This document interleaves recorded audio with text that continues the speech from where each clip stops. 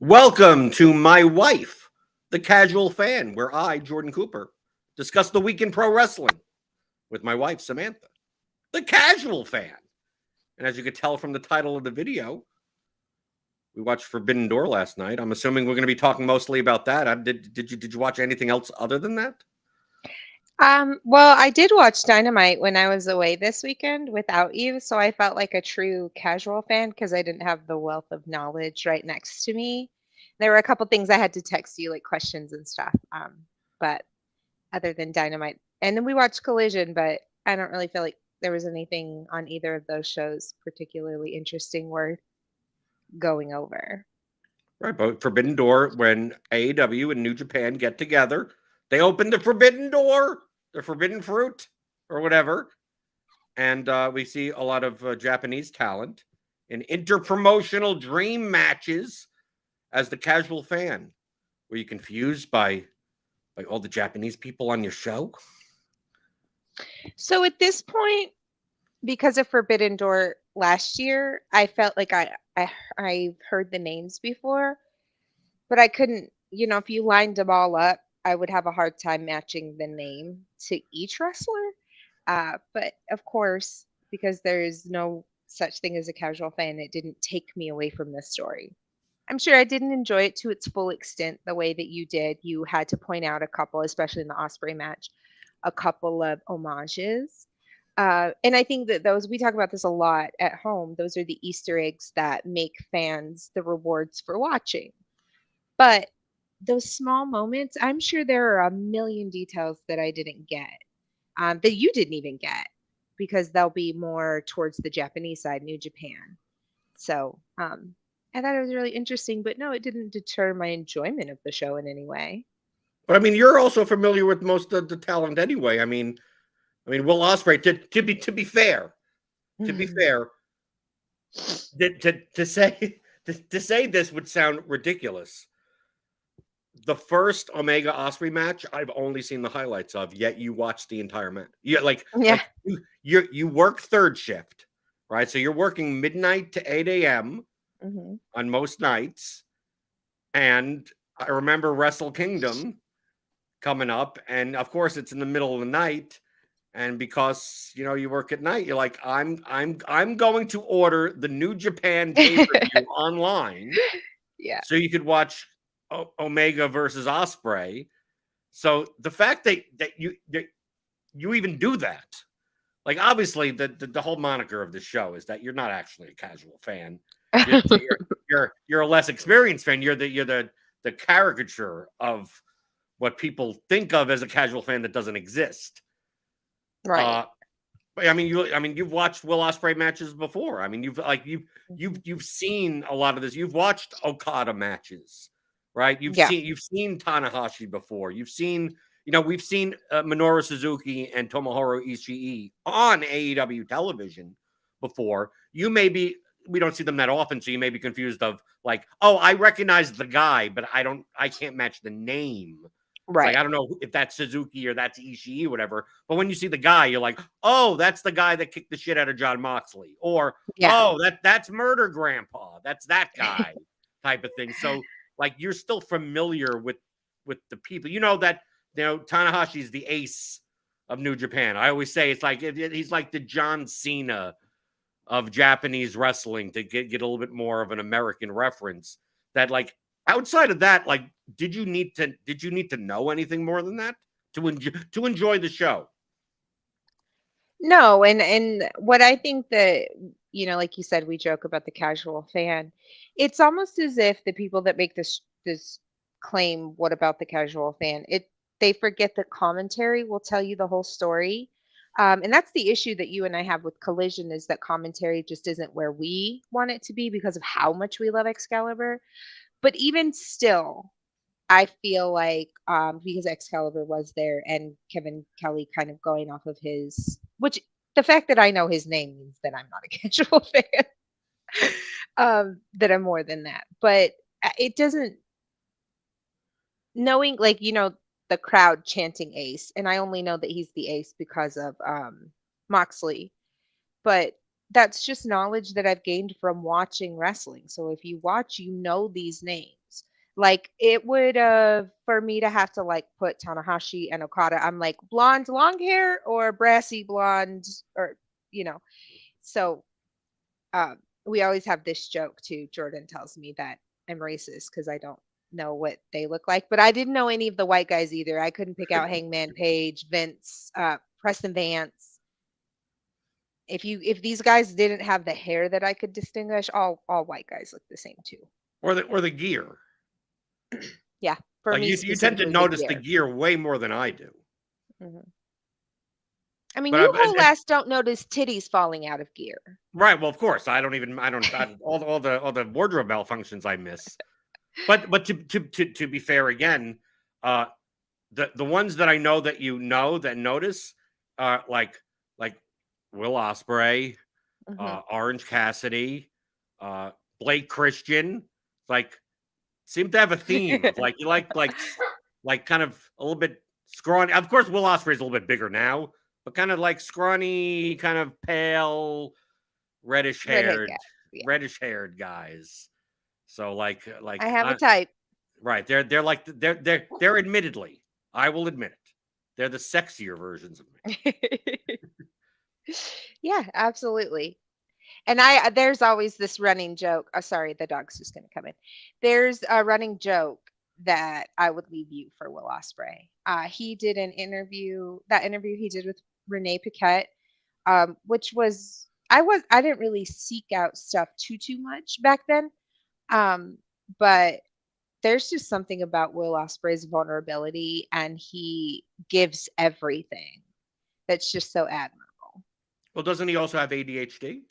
Yes, he does. And he recently got the diagnosis, and we like that's like my obsession when I got ADHD, the diagnosis, I learned all about it.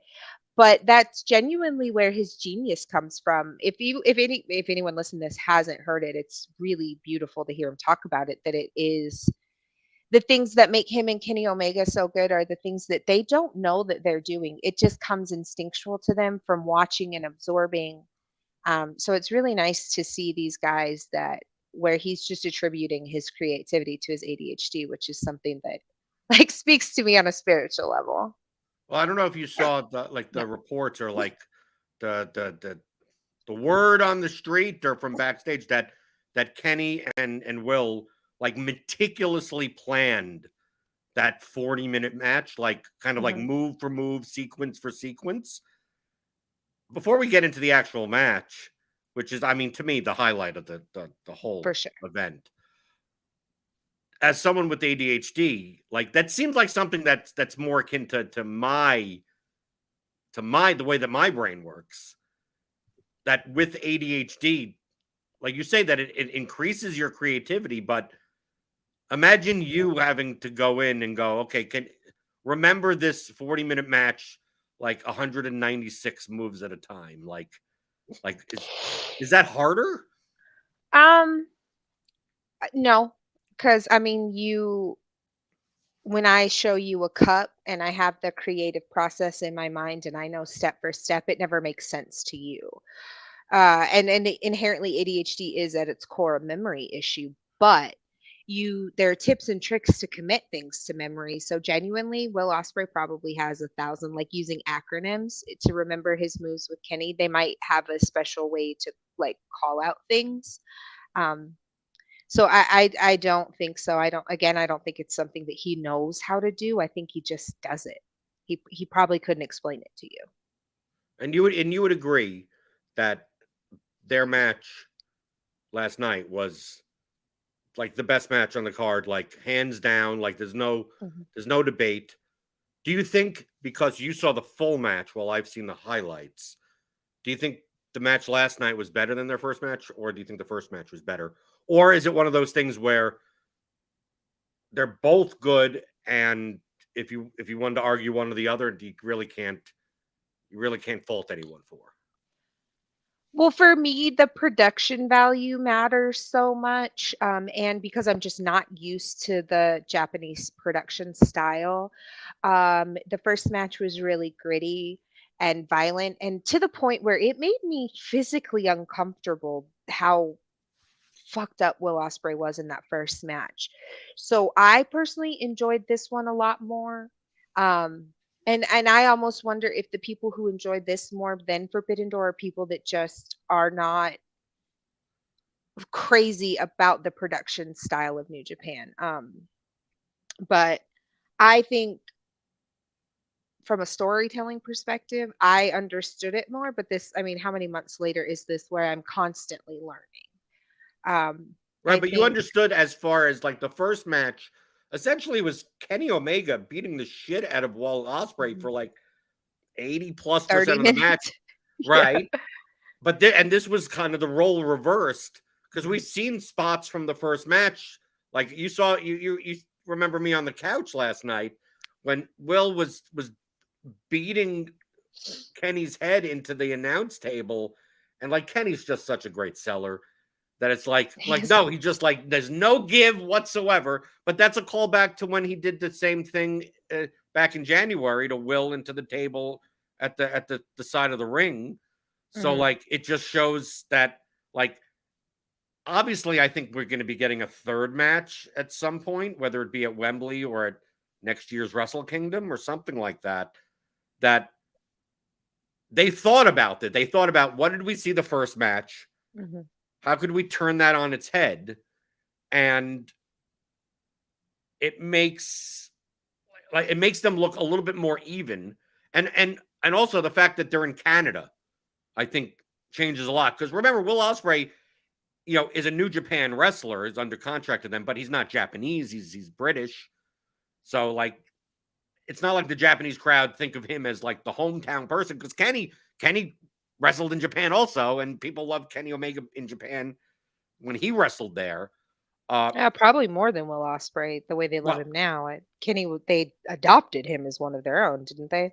right. But now that you're in Canada, which of course it's not Winnipeg, but it's still home country.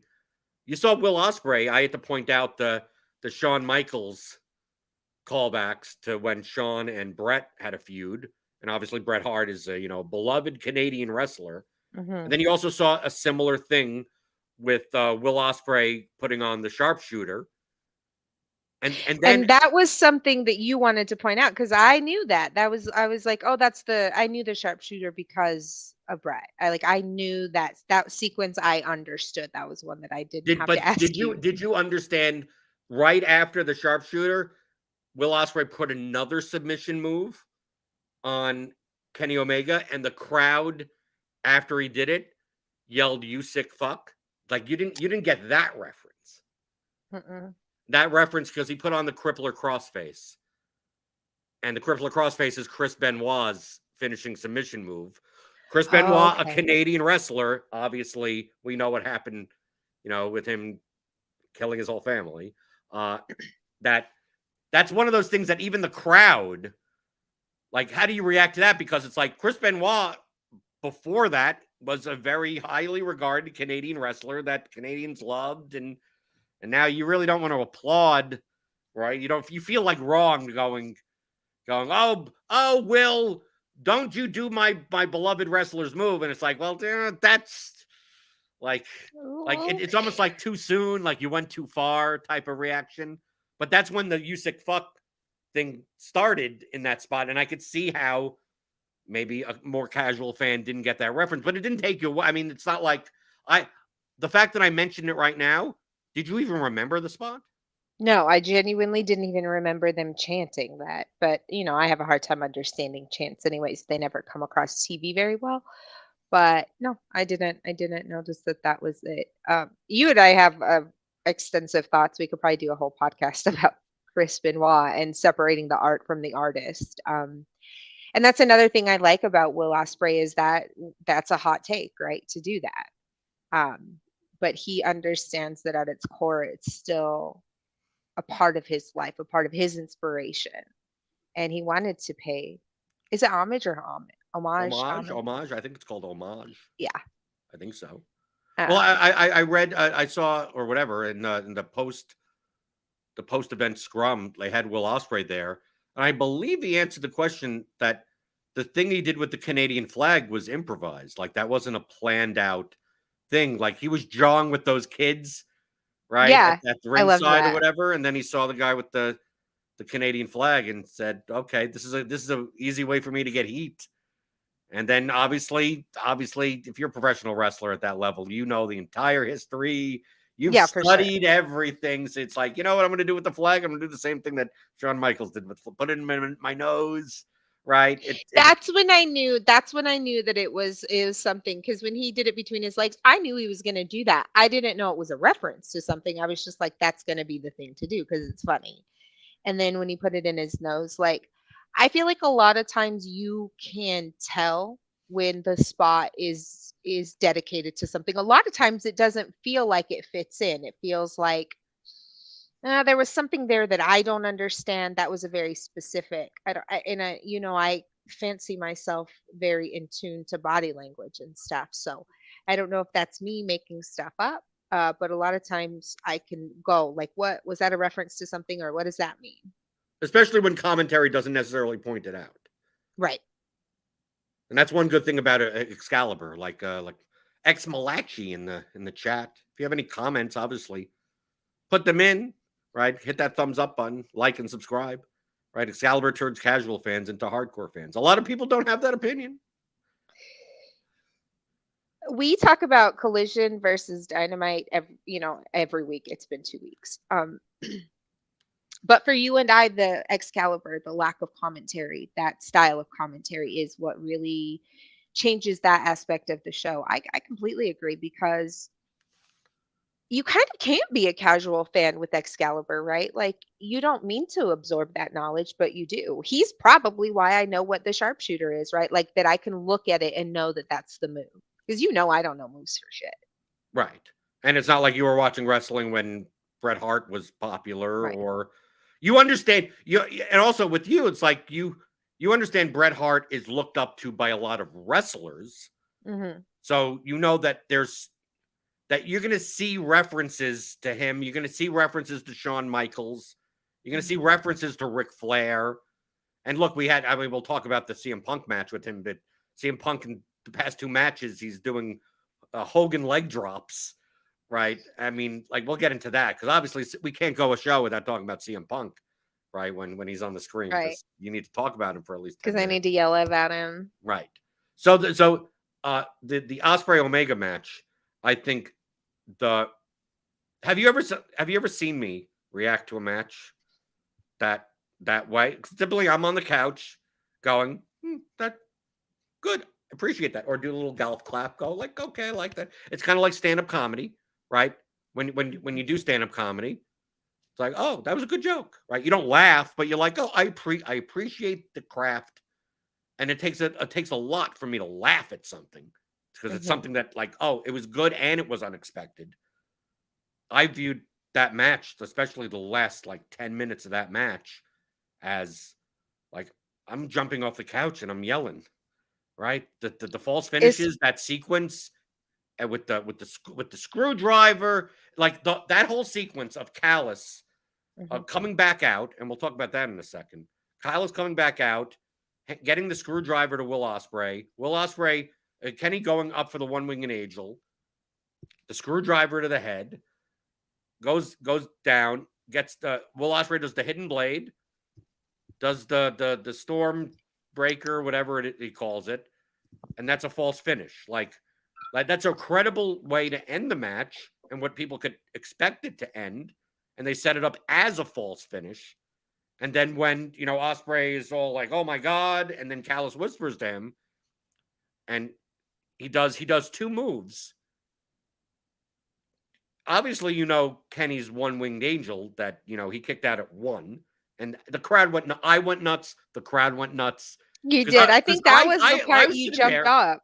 right? I was sitting there going, "That's it. That's it. That's that. Obviously, the screwdriver was the red herring, right? They wanted us to bite on that, and because of that, now this is the real ending. And it wasn't even the like 1, 2, 2.999. It was like no 1 because it's his move, and also the move before that was Kota Ibushi's finisher, right? Oh, I didn't know that. That which is makes the point of why Callis is, and the commentary is saying, like, if there's anyone that knows Kenny, it's Don Callis. It's his second father or whatever. Mhm. And we've also seen in the past that in past previous match we've seen, but if you watch New Japan or you know the history, that in a lot of matches when someone tries to do Koda's moves against Kenny, it almost like it doesn't work. It doesn't work. It actually gives him like typically that pisses him off, right? So they set that up of like, okay, here's Koda's move, here's his own move. We already had a credible false finish beforehand, so you buy now on this second one, and then he kicks out at one, and I mean the crowd reaction, I mean, tells the story of like they set that up so beautifully, like the way that was structured and how close those things were, and then obviously Kenny comes back, and I mean were you perturbed or whatever? Were you thrown off from the match with Callis getting ejected early and then coming back and still interfering with the match? Did that take you out of it because it's like, well, he's back and the referee isn't throwing him out again? No, because the rules never really matter. I think if you get hung up on the rules, you're not necessarily there to enjoy the chaos that it is. So like you said, Dawn getting ejected kind of did take that pressure off where we did just, okay, this is just going to be a straightforward match. AEW can't abstain from shenanigans, so I thought that there would be something, maybe just like somebody coming out of the ramp, or who knows. Well, we were theorizing that maybe one of the security guards, Yeah. because we always see that the local independent talent or whatever, and that and you saw it when because I was out smoking and with the entrances, and I had to ask. It's like were their faces covered, were there whatever, and he said they're covered, but they're not normally covered. And then once they showed them, it's like okay, we would be able to tell if this was like someone else that Callis has Like called Takesha or upon, something. right? It's like we could tell that it's like okay, these are just security guards, and they never played any part in the match whatsoever.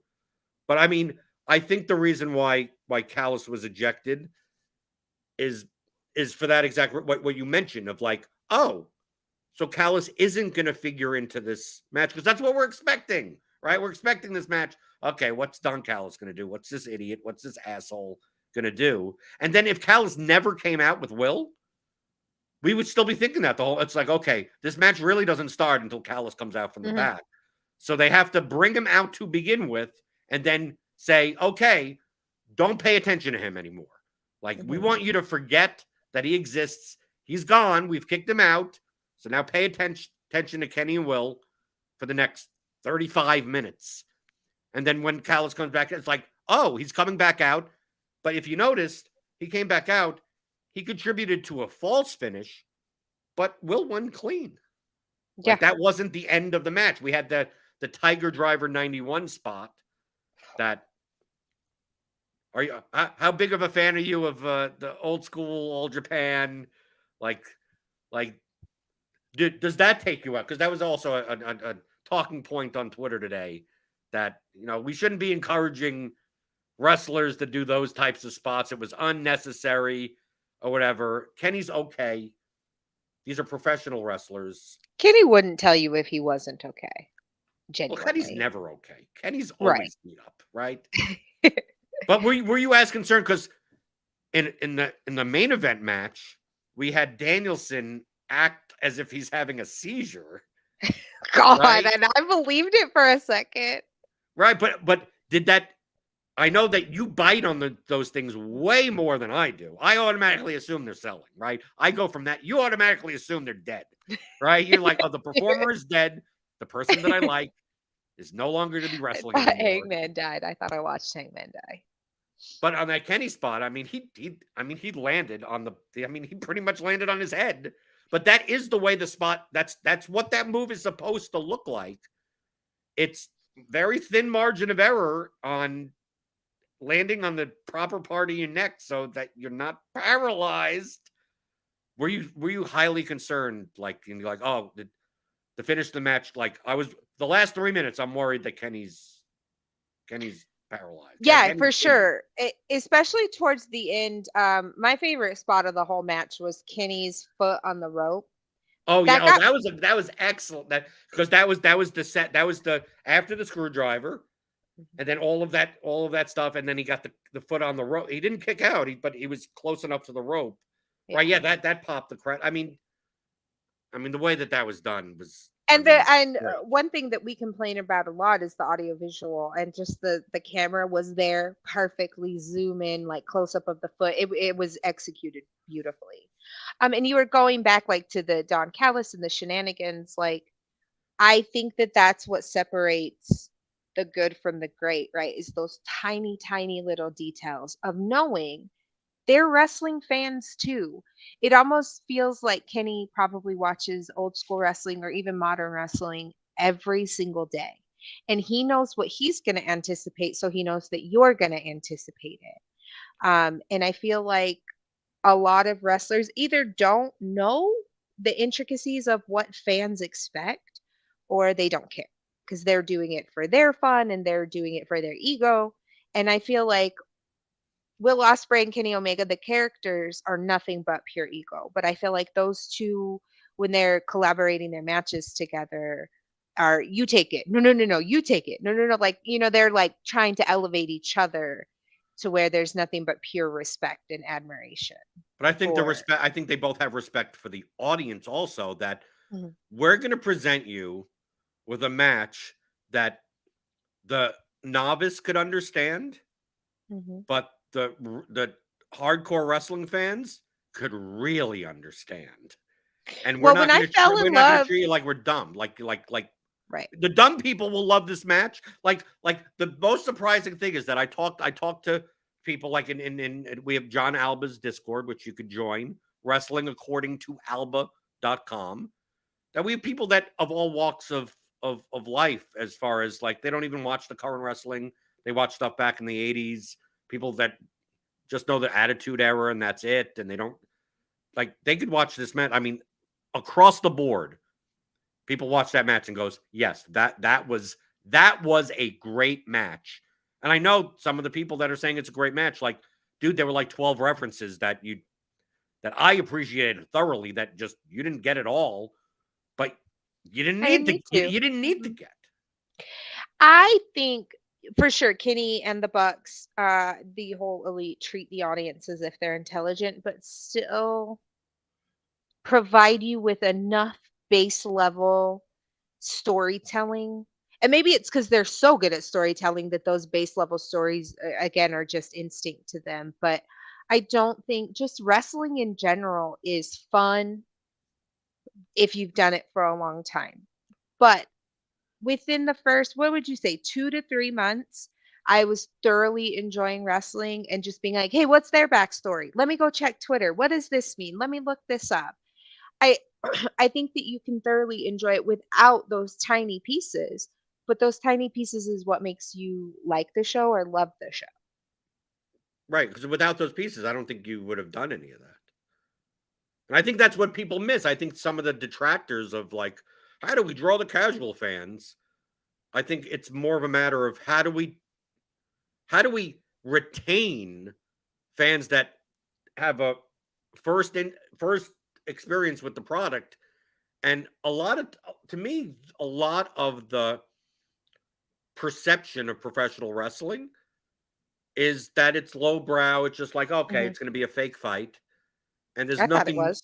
there's nothing more to it, right? There's nothing more to it all. And then once they're shown like, oh, there's a lot more to this. There's a lot more detail in this. There's a lot more storytelling in this. They go, oh, it's not really what I expected. Let me look into it. Now, there are plenty of people that are like, I don't want to do the work and I'm done. Hmm. But there's also plenty of people that are like, oh, this is so much better than what I thought this professional wrestling was. So now I'm Yeah. going to go deep into the weeds. And next thing you know, they're watching wrestling for the next 15 years. Well, and you and I always talk about the people like the how are we going to get casual fans, the ratings, the business side of professional wrestling. We always have this theory that those are people that have known for a very long time that wrestling is quite brilliant.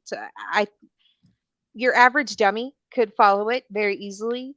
And that's kind of what's beautiful about it as an art form is I mean, I guess I could turn on a baseball game and enjoy it.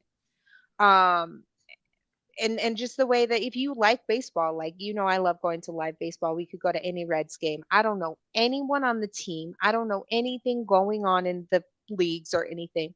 But you could still show up to any baseball game, and if you understand the core rules or the core values of the sport, then you can enjoy it. But if you know the batting averages of the first baseman, yeah, it's better. So other things on this show that occurred.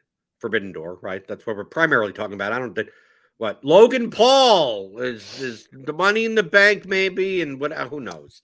Vince is apparently changing a million things. Logan Paul, El Phantasmo's brother.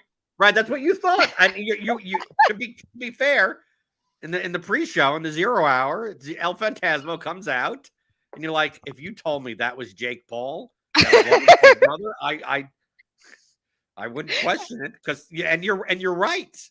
Right? I mean, I don't know. I can't bring it up on the stream, but go look up El Phantasmo and put him next to like Logan Paul and be like, yeah, if you put some more facial hair or whatever, and you give him maybe he's a little bit bigger, it's like, no, this guy could pass as a Paul. Yes, that's the first time you've seen him, yeah, right? And obviously, a New Japan talent that isn't Japanese. So the first match, MJF versus Tanahashi. right. We saw Tanahashi versus Swerve on Collision, and we commented at the time that that Swerve, we know. See, this is what I mean by the fans aren't stupid. They know how this stuff is produced. That we appreciated, at least I did. I don't know if you noticed it as much as I did when Tanahashi goes up for the high fly flow, and he slips on the top rope and falls down onto the apron again. That Swerve gets up to hit him because it looks stupid for him to be lying there for like 25 seconds waiting for this move.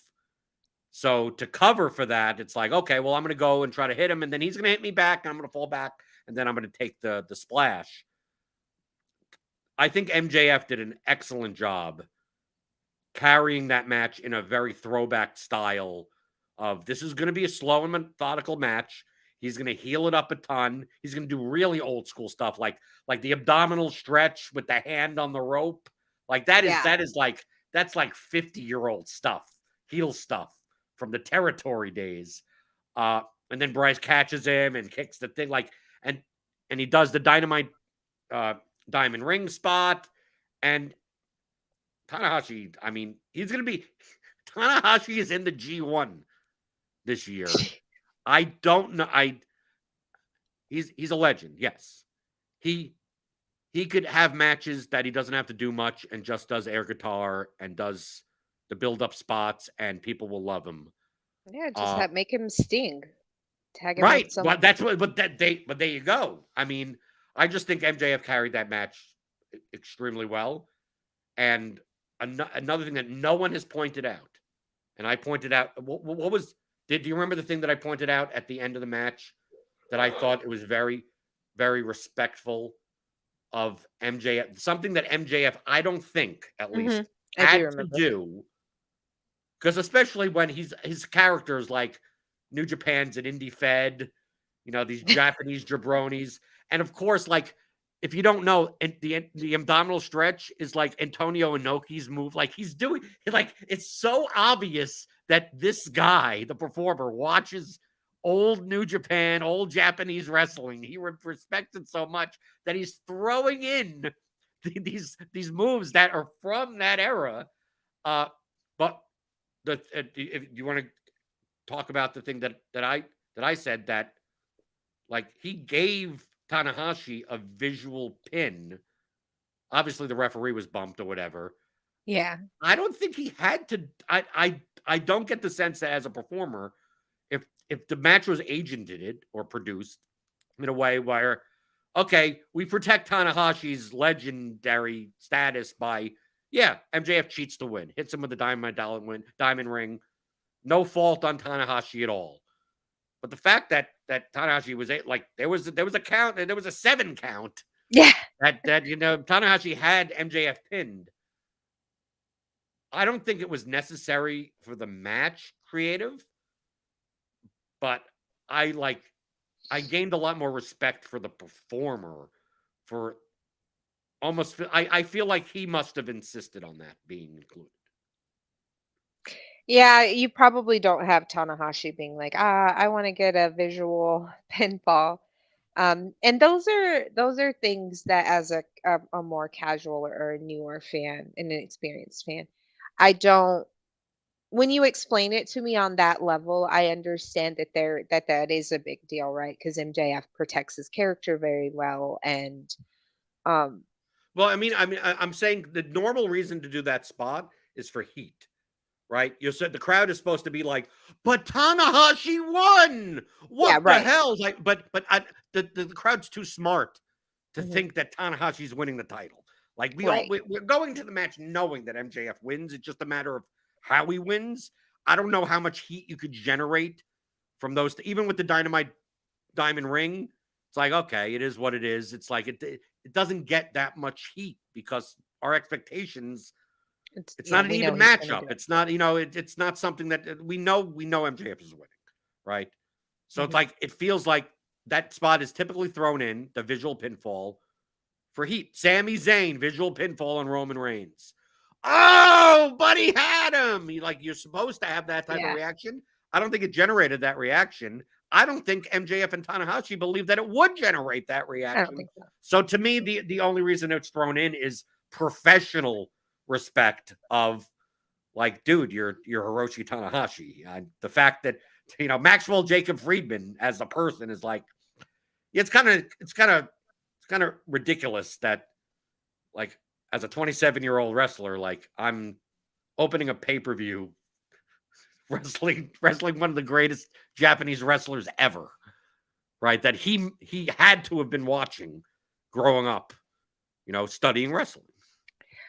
If you told me that, I mean, just inside the mind of MJF, and Tanahashi and their producer, if they had one or whatever, if every move he did was tied to a match, to a story that he watched that spoke to him on a personal level, like I think that for all the MJF, the character is very insecure, right? Like the way we talk about Roman, he needs the acknowledgement.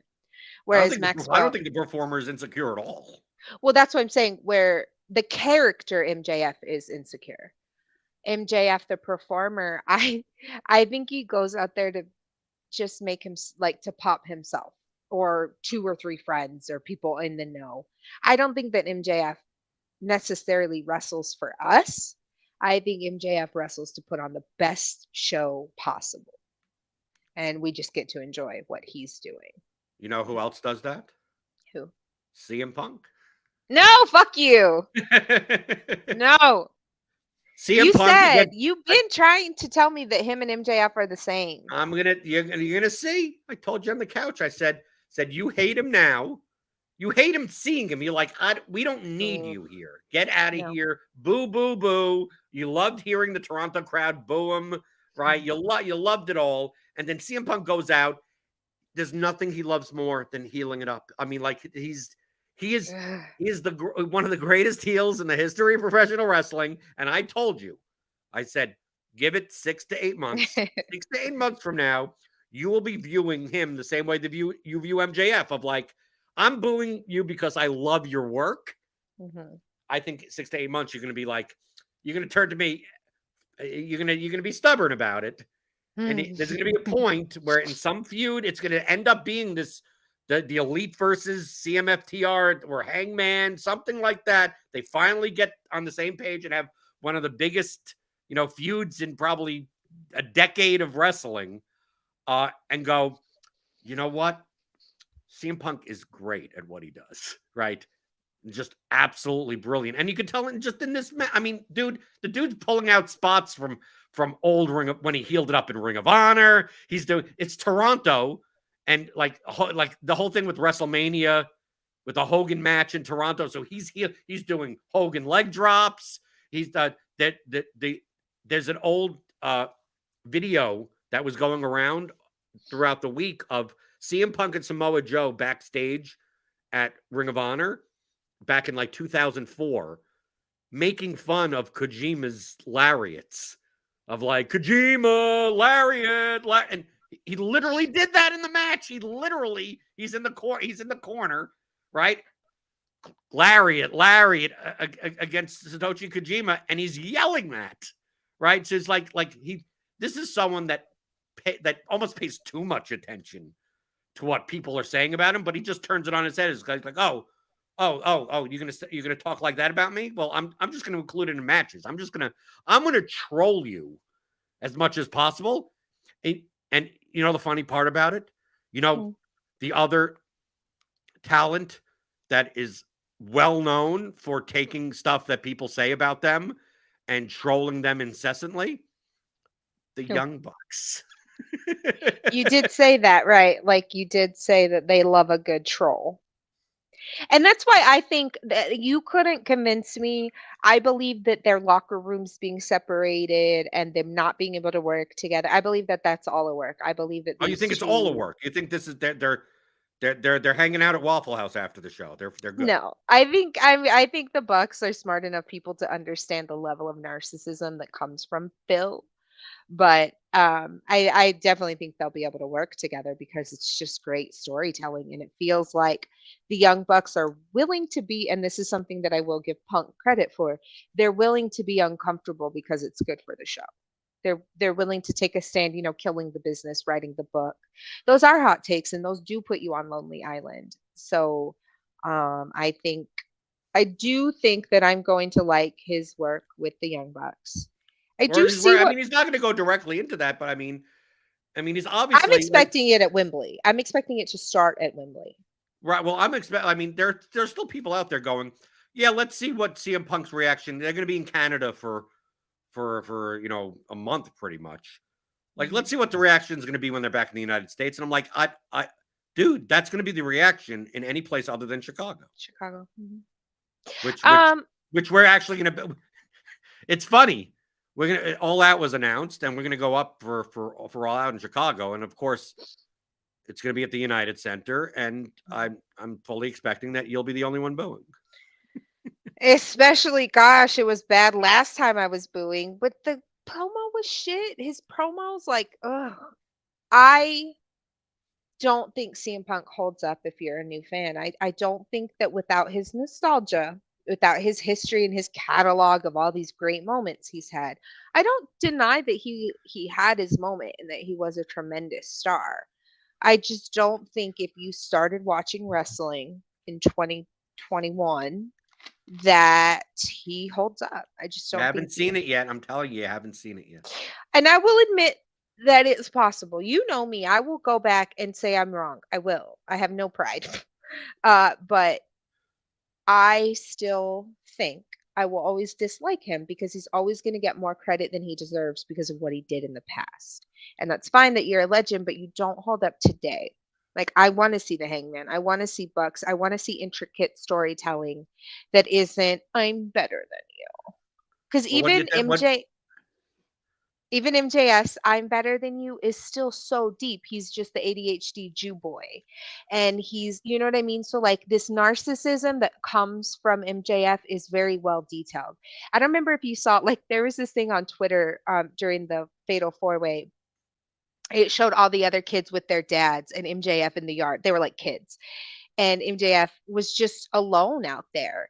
And his lonely childhood stems all the way into now. And it's true that in 25 years, there's going to be some couple and partner one is going to be like, MJF's the best wrestler ever. And partner two is going to be like, I feel like MJF is just not it right now.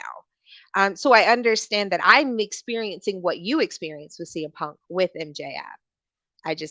He doesn't hold up to me. In comparison, MJF and Hangman are my expectation of what wrestling is. And I don't personally think CM Punk is on that level. I think you'll see it. I think you just haven't seen it yet. Mm-hmm. But if my goal is to hate him and I hate him, then I'm probably going to enjoy hating him. His run as a heel, and I know notoriously everybody who loves him does prefer him as a heel. So, as I said, he doesn't hold up yet, but I will give him the chance because he does. There's some moments when I'm just like, he's really fucking cool. He's really cool, and I hate it. Like when he did the thing on Dynamite, which I wanted to bring up because that was the one thing I sent you. I was like, ugh. And I respect that he had his 4 seconds on Dynamite. He was in Chicago. I think that he needed that. But when he was like, "Now hit my music," I was like, that made you look really cool. We'll talk about the opposite of Punk. We had the 10-man tag match, right? It's always with the Elite. The tags are in quotes. With Hangman, the Bucks, Eddie Kingston, Ishii versus BCC with Shota Umino and Konosuke Takeshita. To me, that was the second, my second favorite, the second best match on the show. Did you like Kenny's? I don't know which, that whole segment of the false finishes, because those got you each time. They 2 false finishes got you. But what popped you more? Mox and Kingston never stopping the chops, or the what I just said? The false finishes. No, the false finishes definitely. I mean, because I appreciate structuring of matches and everything. And if you could get me, I mean, dude, I mean, we joke about it all the time. Like when I say that's it, 99.9% of the time, that is the end of the match. Like I call those, or I go, he's gonna miss this, and he misses. I mean, like I call those things, Yeah. right? So like when I could get got, I want to get got. Yeah. Right? I love getting got. It's hard to got me. But goofy wrestling for life. Yeah, but what I appreciated, what popped me, is not that they were chopping each other forever, right? Eddie and Mox in the middle of the ring. It's the production, it's the shot composition that they had. Was you get the meeting in the center of the ring. Everyone gets up, and now everyone is on their feet going. They're supposed to be friends, and they're on opposite sides, and you're friends with that guy, and I fucking hate that guy. Like the amount of stories that were in the match, because Takeshita's there, and he turned on the Bucks, right? And now Ishii and Moxley have beef from New Japan. It's all intertwined. Hangman and Moxley have a history. There was a lot of story in that match, right? But the thing is, they get to the center and. Like, what do you like? Eddie's like, what are you doing? Like, what do you like? And Moxley's like, what? Like, dude, I'm here to fight. Like, I don't care or whatever. And then they start chopping each other, and everyone's Mox did have hesitation though. For as much as a bully Mox has become in his unscripted violence, he hesitated with Eddie in a way we've never seen him hesitate. Sorry, I just really, really appreciated Mox's like intricacy of just that 1 second hesitation. Right, he still has to portray the fact that they're friends. I mean, it's not like, oh, Mox, I don't care who you are and whatever. But they started doing the chops, and people are going nuts now. They're just chopping and chopping and chopping and chopping. And then they're doing that for like 20, 30, 40 seconds. And then they show the close-up. And then when they come to the big shot, everyone else gets out to participate. And they're all beating each other up in the corners, right? Mox and Kingston are still in the center, so everyone's fighting over there, and they're still, it's as Eddie and Mox are like in another world. They're not paying attention, everything else, and they're just chopping each other.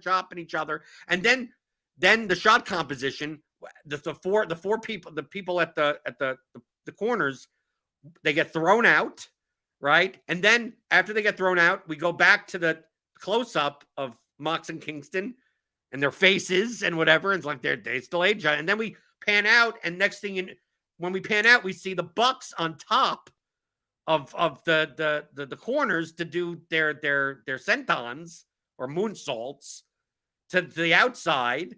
And you see, while they're doing all this and people are fighting on the outside, they pan to like a diagonal shot, so it's even further away, and you see all the chaos, and still in the center of the ring.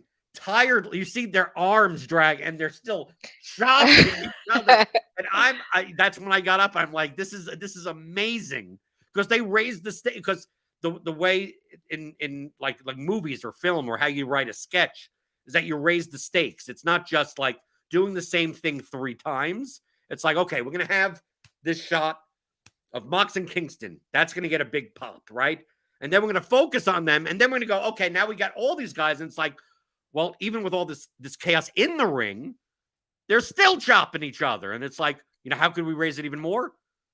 shit's going on all over the place. They're flipping out of the ring, whatever, and nope.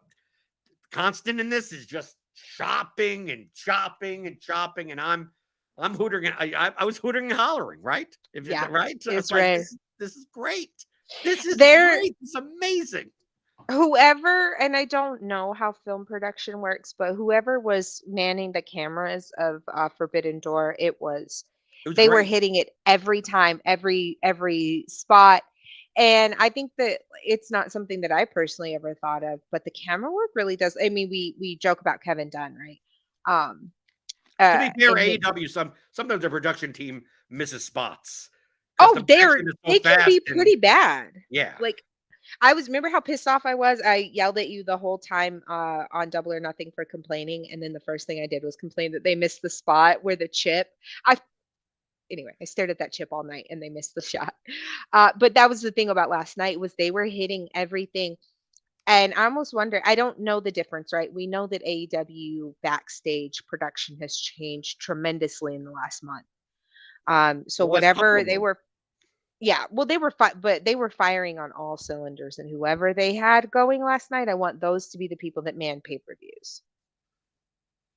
But the 10-man, it's kind of weird that it's an Elite versus BCC match, and really the stars of the match were kind of like Eddie, Takeshita, yes. Ishii.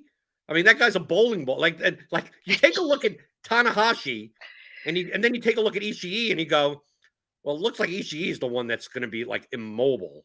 And no, he's bouncing off, and he's doing brain busters or whatever.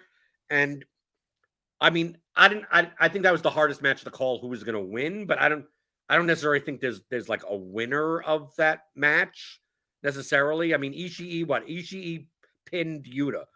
And if you put that on a bingo board, that's like yeah, I could see Yuta taking the pin. You had Umino in there. And if also you noticed, I don't know if you're a gear person.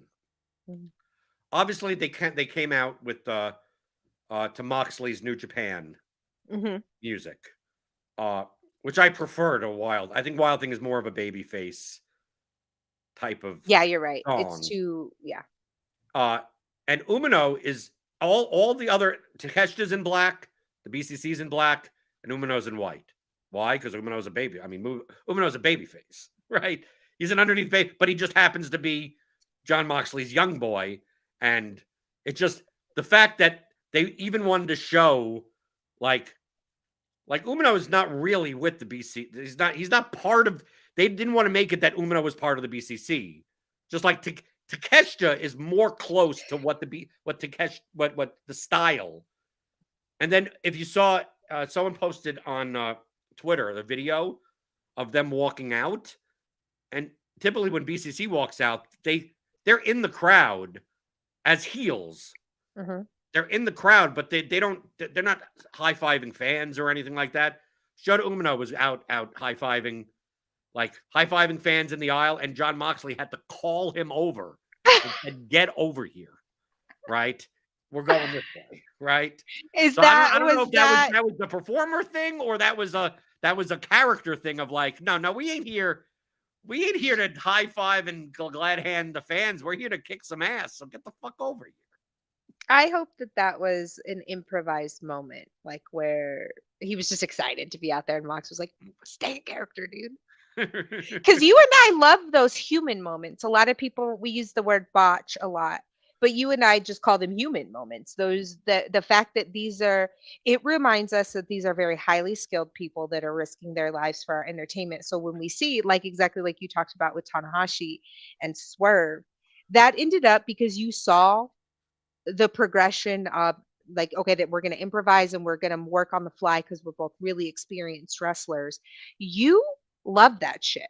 Like that thing about Swerve, you came in so excited and you're like, did you notice this? And so you and I, those small human moments really make the show enjoyable. We'll talk about botches. We had that Sting Jericho 6-man match. I actually enjoyed that match, even though it was chaos. That match, I'm more convinced that the ending of that match was Suzuki and Naito just saying, "This is a clusterfuck. let's just go home. Like Yeah. we're done with this. And I think that match was highlighted by Sammy trying to do the cutter off the ropes to a Sting who was already kneeling down and ended up essentially knocking his face into the back of Sting's head. And then I thought the story beat was that Jericho commanded Sammy to do the 630 into Sting on the table. And we both said at the time, I think Sting was supposed to move, right? I think Sting, like, it seemed like that could, like, he was halfway off the table. Like, if you were gonna, as a performer, gonna brace for that spot, you wouldn't have shifted. You would have just moved your arms up like they normally do. He was looking like he was shifting over, and that doesn't look right. And from what happened right after that after that spot, Sting was back at the corner like 15 seconds later, which makes no sense from a wrestling psychology standpoint. And I think the whole point of that spot was Jericho commands Sammy to do it. Sammy does it, misses Sting. And then Sammy now has something to go to Jericho and go, I'm done taking order. You know, look at what happened in this match. Right. We didn't see the rest of the match. I mean, there was only a couple of minutes left. We didn't see Sammy again. Sammy was essentially dead. But if you're the one that did the move into Sting, you'd be the one technically being the one not dead. You should be fine. I mean, both of them should be dead for doing that type of spot. But I mean, like in wrestling parlance, and then Sting's on the corner, and it seems like he's there because he needs to be there for a pin breakup. But he also, if you notice, he needs to sell the fact that he just went through a table from a off the top rope 630 senton. So, like, I for a second, I was you. For a second, I'm like, I think something's wrong with Sting. I think, is Sting having a heart attack? Do you understand how stressful it is? That's me every week. That's me every match. Could you imagine how exhausting that is? But you saw Sting at the corner. Like, it seemed like heat stroke or something. He was like drooping over. Like, he was just walking slowly over there. But I think it's more of Steve Borden, the performer, going, yeah, we botched that move, right? I was supposed to move and Sammy go through me. And there's still this finish of the match, and I still need to be here for this spot. He knows that it makes no sense for him to be just, I'm 100%, I'm Sting, woo, type of thing. So he's like, how could I sell that? I managed to make it all, even after that big spot, I managed to make it all the way back here to break up a pin type of thing. But I mean, that's kind of where the whole thing like broke down. It seemed like the match just broke down. But I mean, it was, I guess, fun for. I mean, you still enjoy. It's Sting, it's Jericho. You still enjoy them regardless. It is, and I love Jericho, and I know in 6 years when I like CM Punk, I will hate Jericho, right? Because his shtick is. I worry that I'm gonna get sick of it. You're not already sick of it? No. And so but a lot of times Jericho's matches aren't flawless. And I think that that's because he takes risks and he does things that maybe his body's not capable of anymore. But that level of chaos does not bother me specifically because I love Jericho and I love Sammy. So but to your point, I almost wonder if, because when Sting was like turned and Sammy like hit him on the side, I almost wonder if he just didn't lose his breath and it took him a minute to catch his breath because he's quite a bit older. I just think he was selling. I just think he's just like, how do I sell this to make it believable in kayfabe? Why I'd be perfectly fine 15 seconds from now. He's that at 63, 64 years old. I think he's that type of performer. That's what he's thinking. I think if it was a younger performer, they'd just be like, oh, well, that's what it is. And no one cares. You know, it's the Young Bucks mentality. No one cares about selling, right? Everyone knows this shit's choreographed, right? We're just going to move on to the next spot. Other things on the show, we had the Orange Cassidy 4-way with, you know, you hate Daniel Garcia. I hate him so much that I can't even enjoy matches he's in. Even with the dancing, he's doing the dance. The dancing is what makes me hate him more. But I don't know. I have this thing where sometimes I just hate men for no reason. Jimmy Fallon, I probably have a couple lists. I have no reason to hate Daniel Garcia. He's a wonderful performer. And according to everybody else on the internet, I should like him, but I hate him so much. And him being like the underdog in this match, like I get why people like him and I respect that, but I don't enjoy his work. But Zack Sabre, sees to me, I view guys like Zack Sabre Jr. are people that everyone likes and you just don't get. Yeah. Like, but I don't love technical wrestling. Like that style of and right. You look at this match and go, how do I get more of Orange Cassidy in this match? And honestly, what I think that a lot of people will not give Orange Cassidy credit for is how technical his wrestling is. He just adds the fun stuff so that I can thoroughly enjoy his matches when he's doing like, what's his DDT? What's his? Well, that's it's a reverse DDT, flying reverse DDT. Yeah, like those Stun Dog things, Millionaire, the Stun Dog one, right? Yeah, the Stun Dog Millionaire. Just so I think that he's somebody that can kind of take both and turn it on their head, so I can enjoy that he's in the match. But that was the match where I was like, I think I'm going to take a little short nap. And it's all because of Daniel Garcia. Yeah. Who else was in it? Shibata, Zack Sabre Jr. These aren't. This isn't the style of wrestling that it's like Orange Cassidy against three technical, right, submission-based wrestlers. Right. And you're like, okay, I know there's it's not very many rope spots. Right. And that's fine because I'm not going to be one of those haters. I need to go to the bathroom at some point, just like people hated the Jericho match. Like most people go to the bathroom during Jericho matches. But you're supposed to. Didn't you get the memo? You're supposed to go to the bathroom during the women's match. Well, I mean, the women's match slapped though. I thought it was a Dynamite level match. I thought it was fine. But I love Tony and I love Willow, so just I mean, and you always have the issue of why the hell was Sky Blue backstage watching instead of at ringside? Stupid babyface syndrome. Fucking why? It's been 6 months, dude. This shit has been going on for 6 months. I'm over it. Right? And it's not the babyfaces come out with other people? We all know that the other two in this match of the Outcasts are going to be at ringside.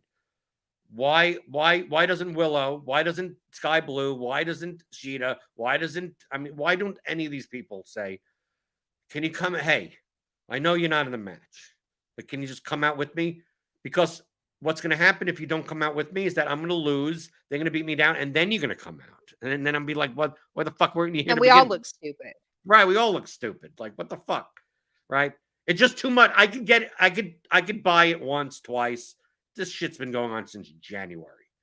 Yeah, I really love this story. And I think that this story has so much more depth to it that they're not exploring.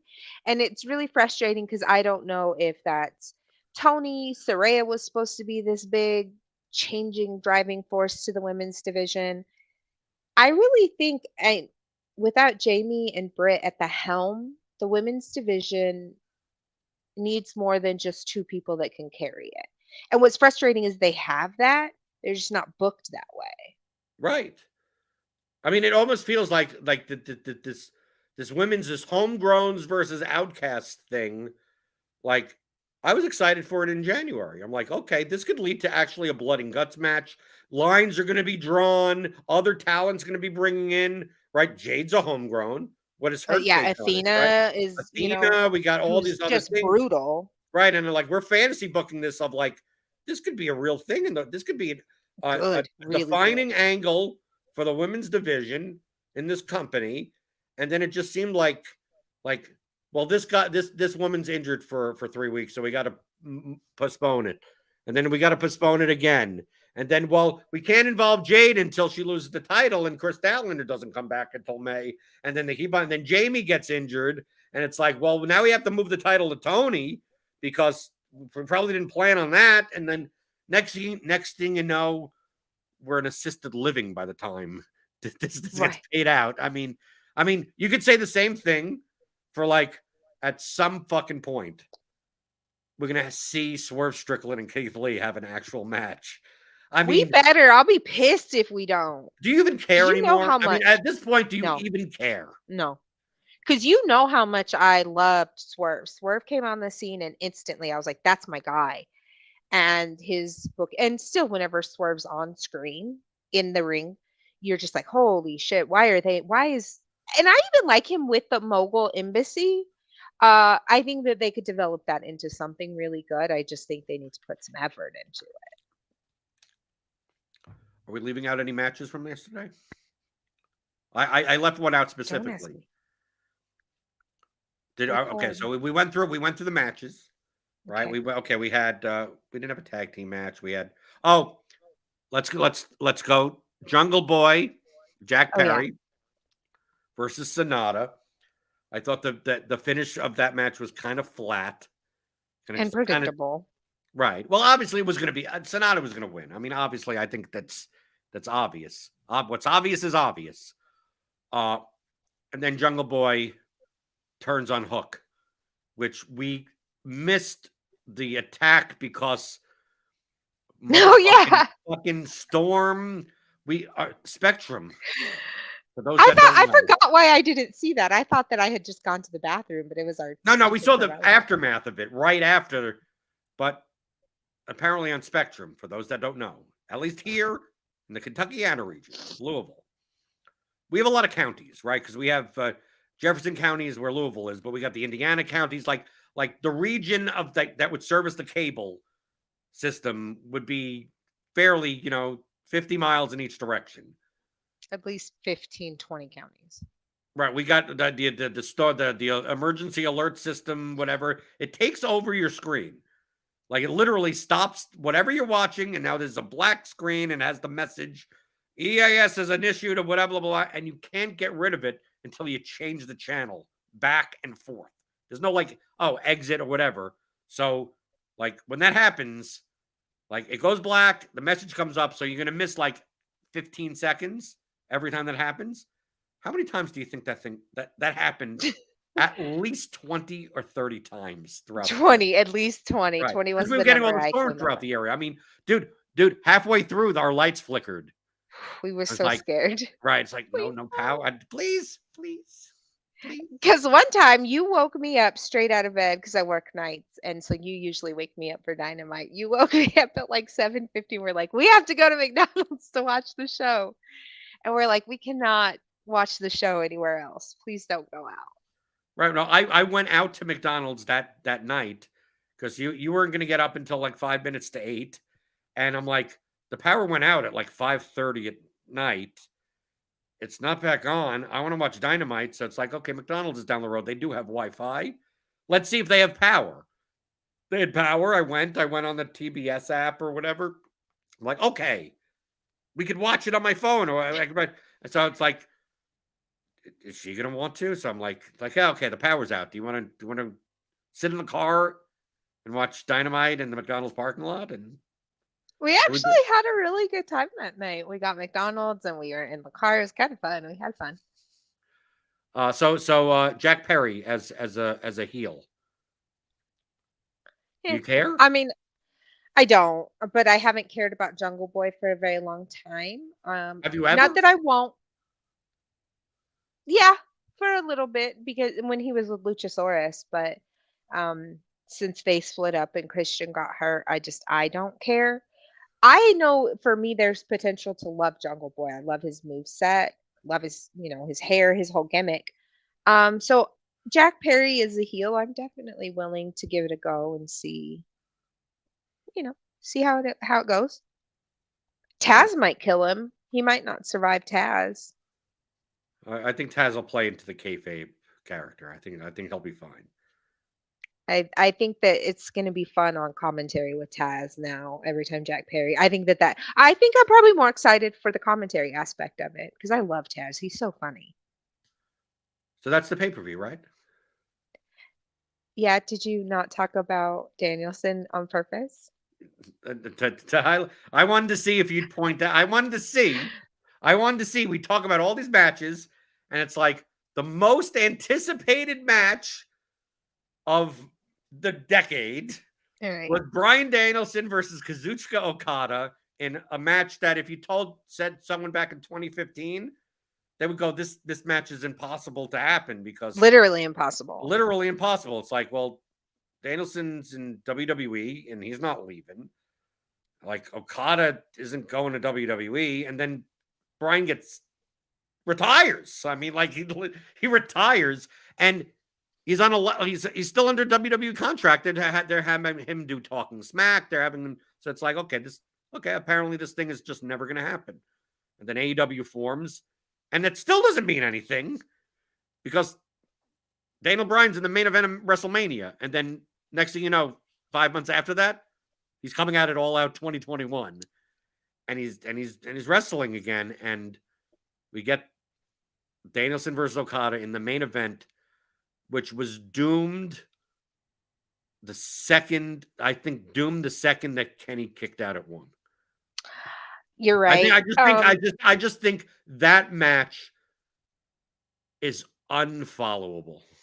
Like, that's how great. It's a 40-minute match that had so much emotional investment on a show that was going to be 4 hours long plus the 1 hour pre-show. That the thing about the Danielson Okada match is that the match is about who's the best, and the crowd is there to watch the match. Match. I'm going in going, I don't care who wins. Right? In the Kenny Ospreay match, there's a clear babyface heel dynamic. And a purpose, a reason for a clear winner. Right. The Danielson Okada match isn't, and with that, so much emotional energy drained from Omega Ospreay, they tried to put that buffer in with the Sting Jericho match. It's just, I don't think there's, I with the expectations that were on it to begin with, and then having to follow what Kenny and Will did, I can't possibly see how.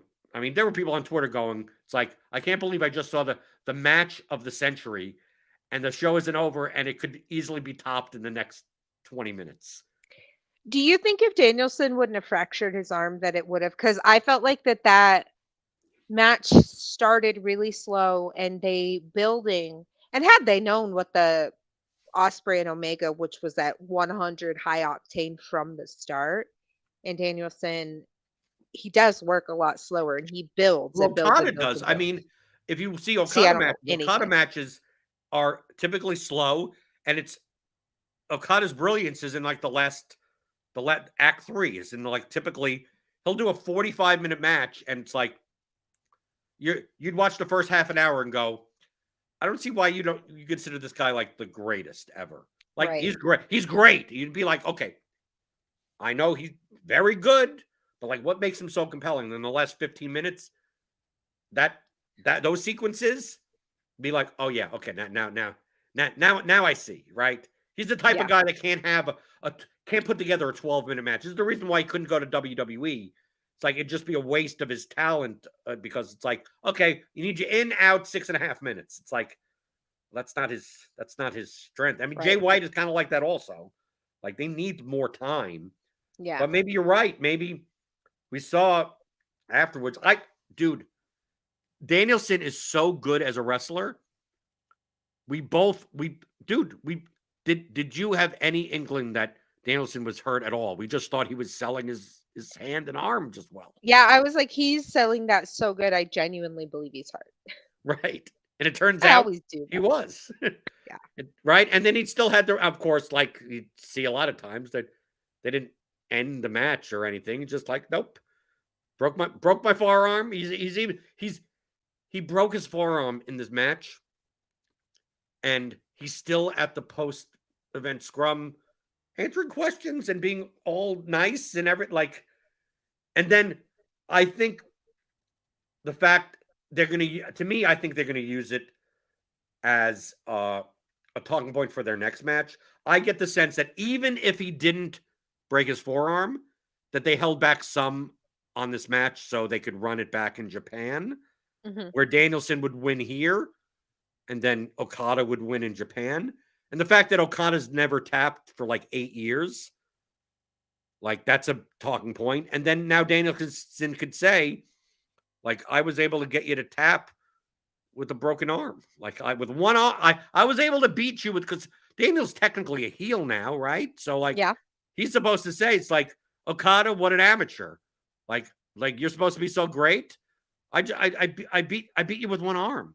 Like, That's dude, actually going to be a really good storyline for his heel character. Like in the way that like Cody and his pet really cemented his legacy. Not that Bryan Danielson did need that, but again, this is just one more thing that proves why he is known as one of the best. Robert, you don't. You say that you go. I like the way that you worded it. He's known as one of the best. You're like, you don't consider him one of the best to you. Mm-mm. But that's what's fun about it is my favorite and your favorite can be different and they can both exist on the same show. But you appreciate and respect what he does. Yes. I think that's And that's the big difference. The big that some people are like, yeah, this guy is the best and that guy sucks. And you're like, no, this guy is who my favorite is, and this guy I respect what he does, but I don't enjoy watching him. Right. Yep. And Danielson's that for you. Yes. Because I can see, I mean, I do enjoy some of his work, some of his moves. Whenever there's a match on, I'm like, this is gonna entertain me, but I don't have the patience to invest in him from Act 1 and Act 2 to really enjoy Act 3. But I feel like he's that way too, where he builds, and so I enjoy his work at the end. I just don't have the patience to stick with it all. Or you enjoy depending on his opponent. So like Danielson versus MJF, that Iron Man match, like that was a good match. And then like that he had 2 matches with Hangman, right? You were invested in those, but it was more the opponent than him. Yeah. Yes, more in Hangman. And I honestly, I am I making up him and Takeshita? Oh yeah, no, did they have a match? Danielson and Takeshita, Hangman and Takeshita had a match. Okay, maybe that's what I was Did thinking of. Danielson? Anyway, I mean, Takeshita's face down. I mean, Takeshita is great. Takeshita is, and would you say that he's more of a technical, or is he more of like a strong style? No. I consider Takeshita is more like Kota Ibushi. He's more like Kenny. He's more like that type than Danielson. Okay. Is.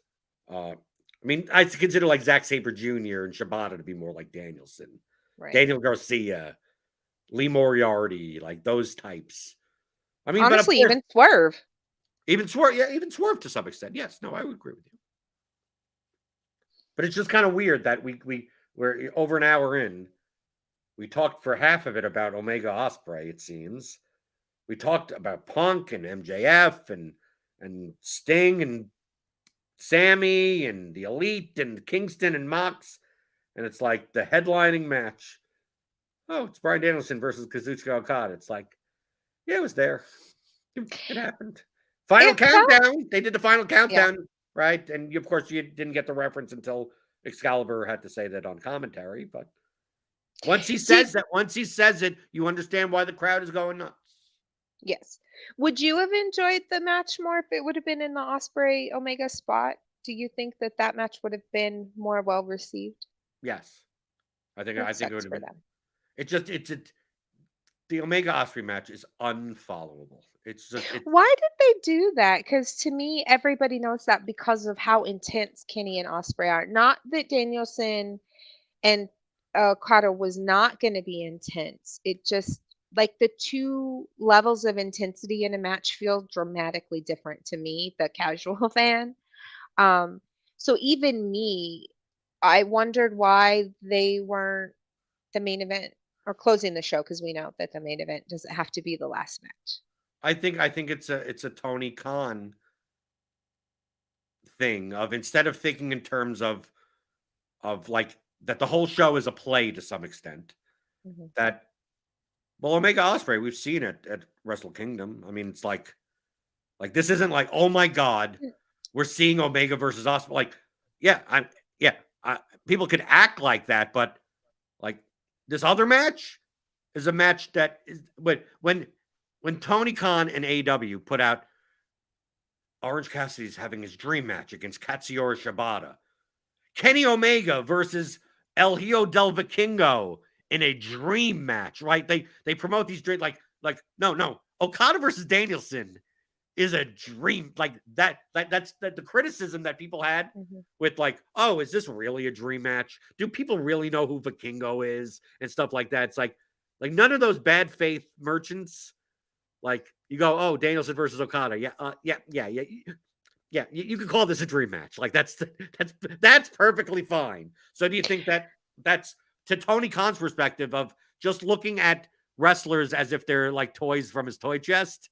Yeah, that's Like who it's he like, well, wants how to. does this match not go last? This is the literal definition of like a match that people have wanted to see for 10 years.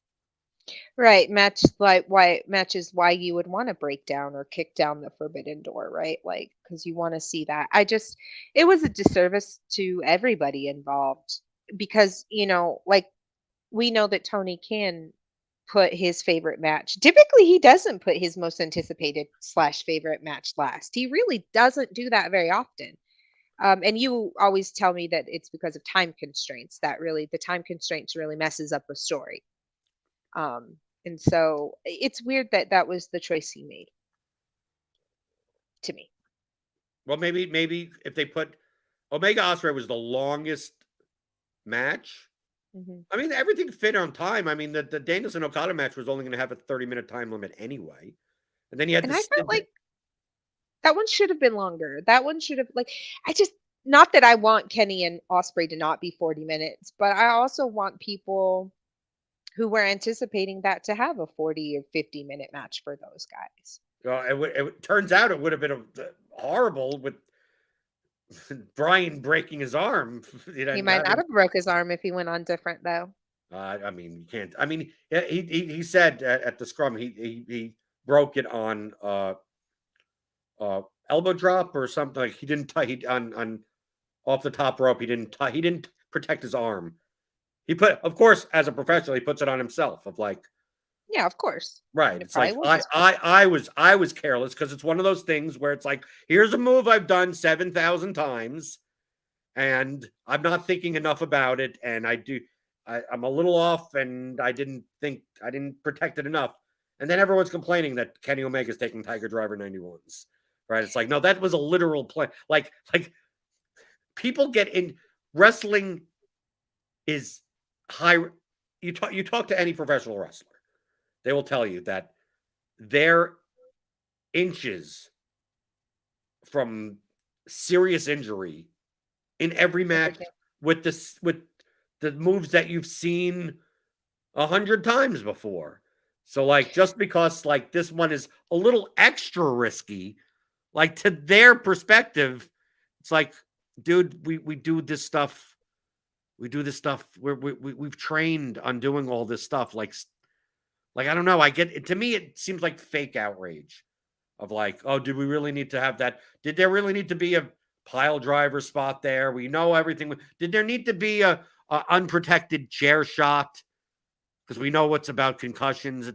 At some point, if they're veteran wrestlers, like I'm always going to cede to the performer. Like they know they've chosen this and they know what they're doing. This wasn't improvised. They know what they're doing.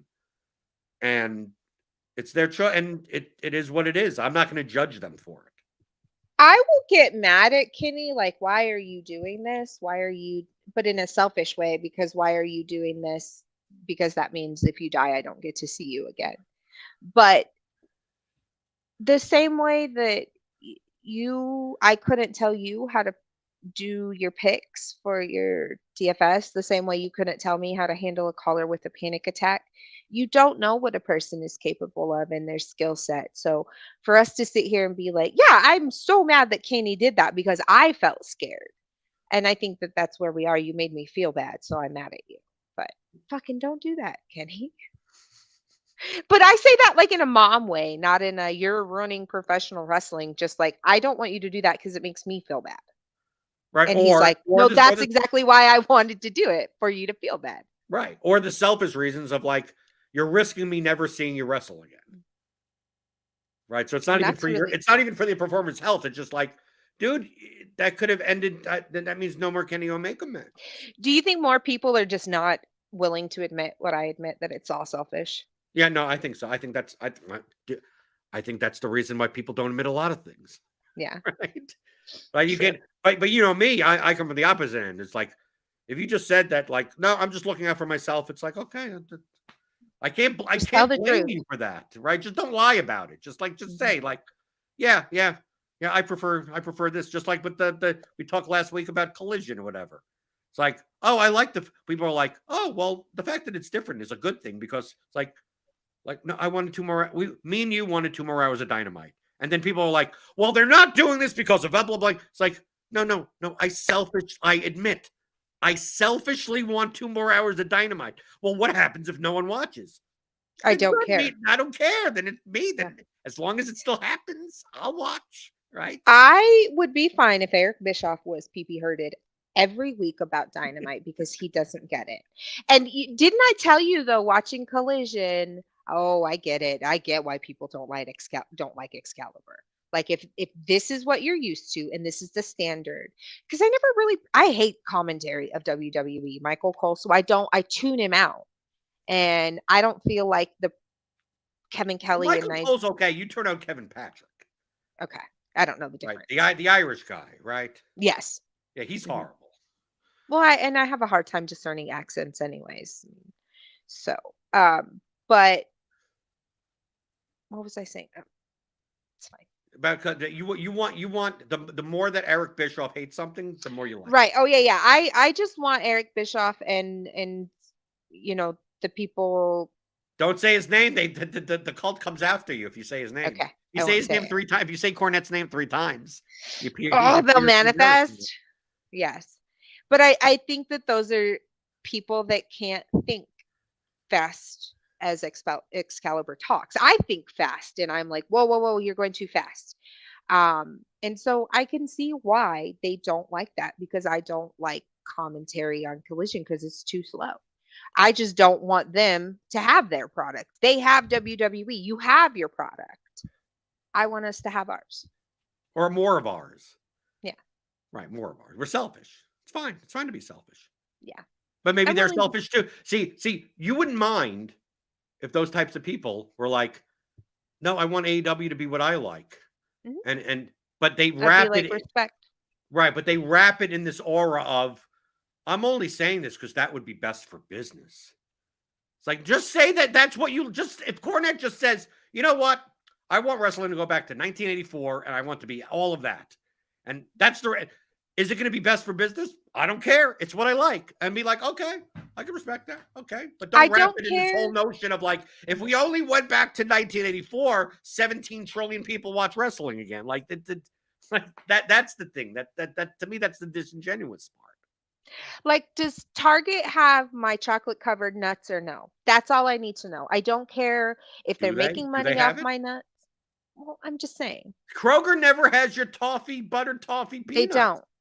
But listen, I'm not over here being like, Kroger, you're losing out on money. Your store's going to close. I'm just like, have my nuts. Just fucking put my peanuts in stock because that's what I want. Right. I don't care about Kroger's profit from the peanuts. Right. You just want your nuts. I just want my nuts. You just wanted me to say that out loud. Yes, yes. I thought that was really good. Well, thank you, Whitewater in the chat. I know we're a new channel, YouTube channel, but he says or he or she says these are great chats. Feels like friends hanging out chatting about the match last night. Well, that's what casual fans do, right? Yeah, yeah, yeah. Casual fans just chit chat over the water cooler. Right. But there's some analysis here. I feel like there I is. know, I As know. deep as my brain can go as far as wrestling analysis goes. Right. But you have interesting things to say because if you don't have the references or you don't have the decades of watching the same thing and bad wrestling over and over again, like some of it is refreshing. I asked you a couple weeks ago if it was fun watching with me because I do get got every time. Like I'm like, it has to be enjoyable for you. And I even asked, like, are you jealous of it to experience the emotion that you were experiencing when you were 15? I now get to experience it as an adult. And I asked if there was like, is it like, do you wish you could be experiencing it on the level that I do, where every head drop, I'm like, oh God, he's hurt forever. No, after doing stand up for so long, I appreciate more on that level of like I'm watching professional wrestling more as a creative artist watching another creative artist, and that's what fulfills me. Like, what choices did they make in the construction of this match? What decisions they make on this? Did they improvise this? Did he move his head that way? Because and then appreciate that the process, the creative process more than I'm not.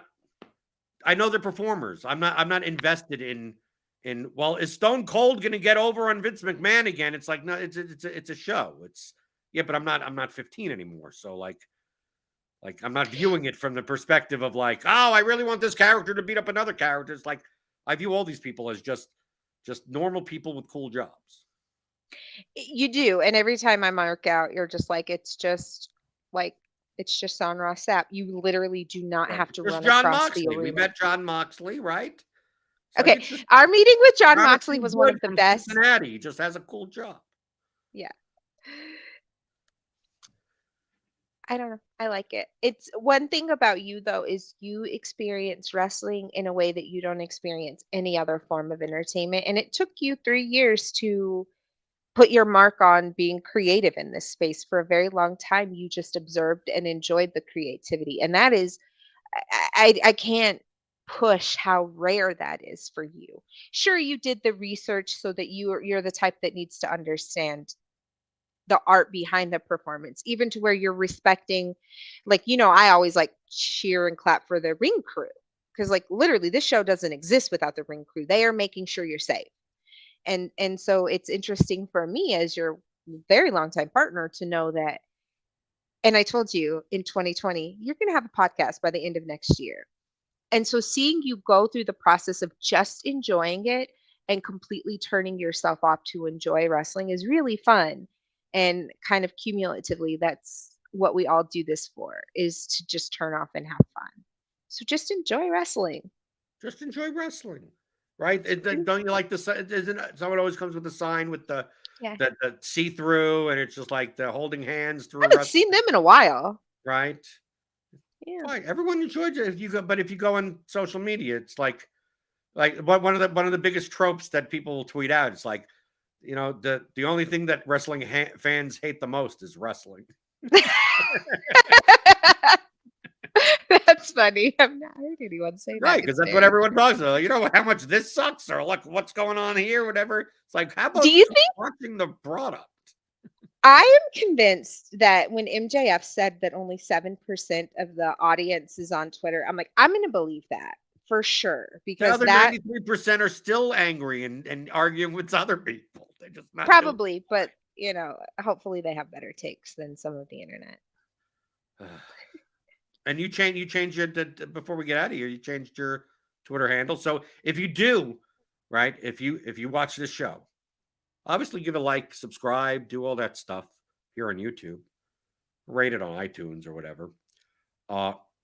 If you disagree with anything that we've said, like you're supposed to GFY. right. Well, no, that I mean, yeah, that's my reaction. But you're supposed to get a burner email and first name, bunch of numbers, Twitter account, and then just reply back to people and tell them they're stupid. I mean, that's the common that is the casual Twitter user, wrestling fan, and you could do that if you want at Blender HD for me and at 5 a.m. Creations because 5 a.m. That's when you work, right? It's not because It's not like when I work. It's because when I write my name, my S's look like 5. So everybody always thought I was writing 5 a.m. instead of my name. right. And we talked about But that it does last work week. because most of my crafts are done at 5 a.m. So it's a dual meaning. Right. But now you got that on. Did you change it on other social media? Yeah, I'm 5 a.m. Creations everywhere. So why did you add the extra S in the first place?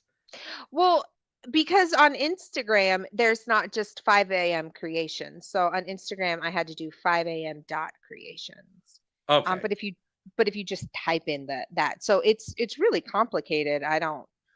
There's not one username that was available across all of them. Okay. But on I Instagram, could be like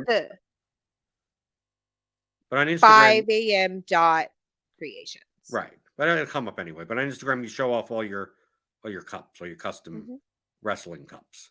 Yeah, if you want custom wrestling merch, hit me up. I will make it for you. I'm very good. Okay, check it out there at 5 a.m. Creations, at Blender HD for me. At 5 a.m. Creations for me. And we'll talk more about professional wrestling. We got the Theory Wrestling episodes also with John Alba. And yeah, we'll see what happens this week on Raw, SmackDown, Dynamite, Collision, anything in the wrestling space. And I will come back next week to talk about it with my wife, the casual fan.